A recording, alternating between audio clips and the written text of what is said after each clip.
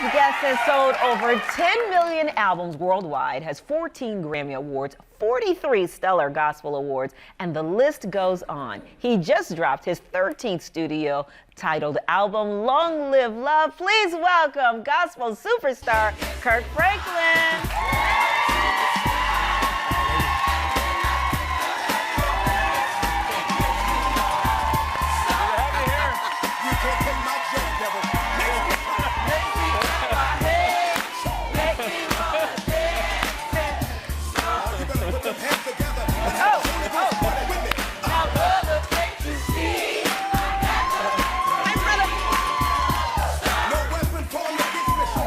That music just makes you feel good, you know?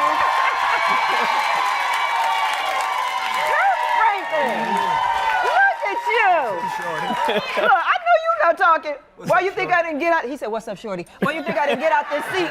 Once you got to take a whole pedestal to get up in here. How are you doing? Doing great. You know, I was saying before when you were in the green room, your music, no matter what, whether you like gospel music, whether you've never heard gospel music, it just transcends. It makes you feel good. It's one of my favorite CDs when I first bought it. What has inspired you so much? First of all, how old were you? I was in junior high. Really in junior high? Junior high or high school, yeah. And you bought the God's Property album? Yes! That is bananas, right? Why? And that's just pretty dope. You know, it's pretty dope that, you are, nice fair-skinned brother. He light-skinned. Right. No, he just light-skinned.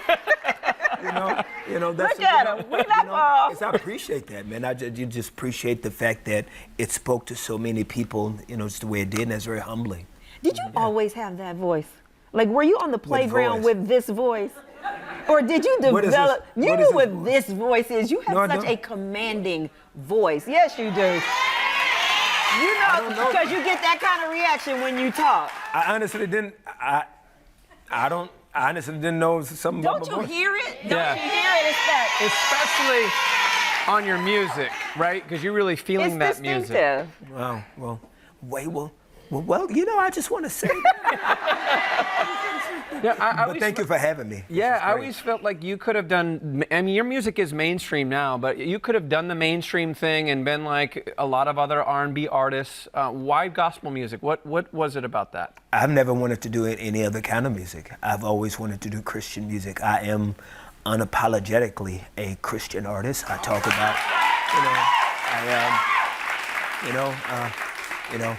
Jesus is my dude, But you've been able to take your faith and your Christianity and make it mainstream. You were able to cross over. You have been able to do that. How have you been so successful in doing that? I have no idea. God? It has to be because there was no plan. There was no idea. Like, I never even thought that gospel music would speak to people outside of the church. And I'm being very candid with you. There was no plan. I'm not that smart. I don't. Were you raised in the church? I was adopted when I was 4 by a 64-year-old widow. A lady, she's 64 years old. She had no other kids.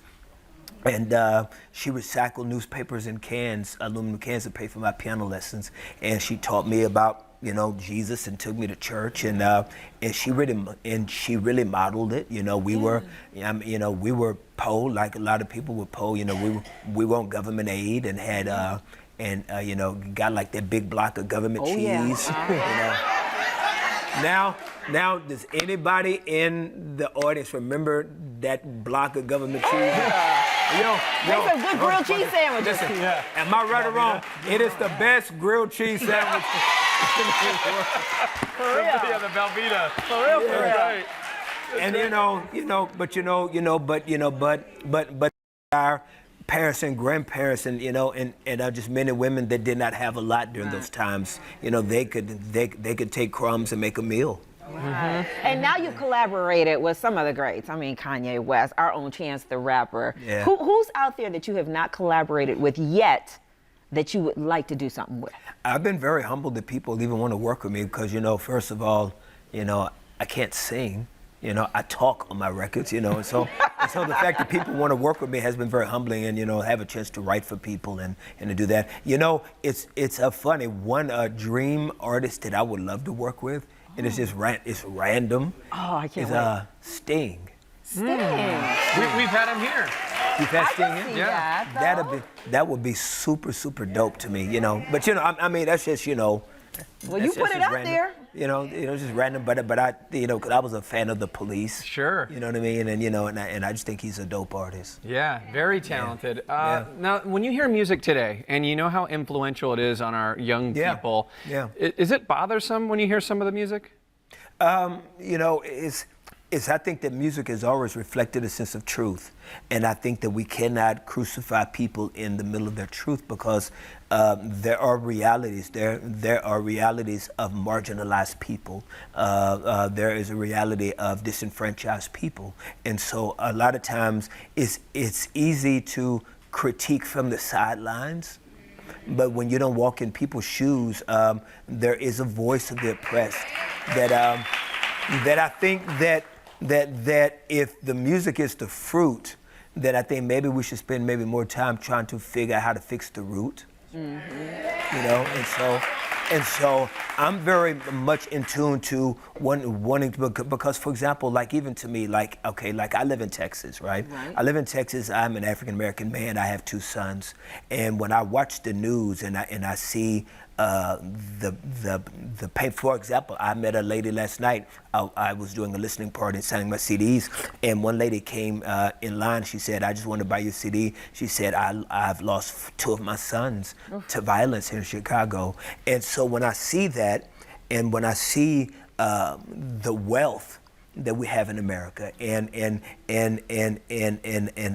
all the things that we have to our resources to spend a lot of time talking about the fruit that hangs from the trees, it is very confusing to me that the most powerful country on the planet cannot figure out a way to be able to bring hope to the hopeless. Mm-hmm. Because